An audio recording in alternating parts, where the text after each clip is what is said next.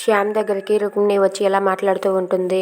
నువ్వు రాధకి దగ్గర అవ్వాలని చూడకు, నేను మీ ఇద్దరిని కలవనివ్వకుండా చేస్తానని చెప్పి అంటూ ఉంటుంది. ఆ మాటలకు శ్యామ్ అయితే ఇలా అంటూ ఉంటాడు.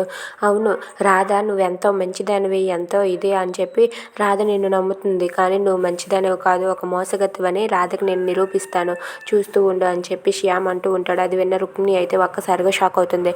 ఇక రుక్మిణి ఇలా అంటూ ఉంటుంది. ఏంటి సుందర్, ఎందుకు నువ్వు అలా అనుకుంటున్నావు? రాధని నిన్ను కలవనివ్వను.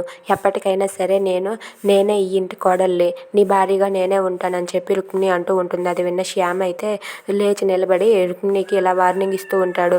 ఎలాగైనా సరే నిన్ను నీ నిజాయితీని రాధకి రాధకి తెలిసేలా చేస్తాను, నీ నిజాయితీని బయట పెడతానని చెప్పి అంటాడు. ఆ మాటలకు రుక్మిణి అయితే ఇల్లు అలగ్గానే పండగగా కాదు సుందర్, నేను ఎలాగైనా సరే నిన్ను రాధని విడగొడతాను, నేనే ఈ ఇంటి కోడలుగా ఉంటానని చెప్పి రుక్మిణి అనుకుంటూ ఉంటుంది. Thanks for watching friends. Please subscribe our channel. Thank you.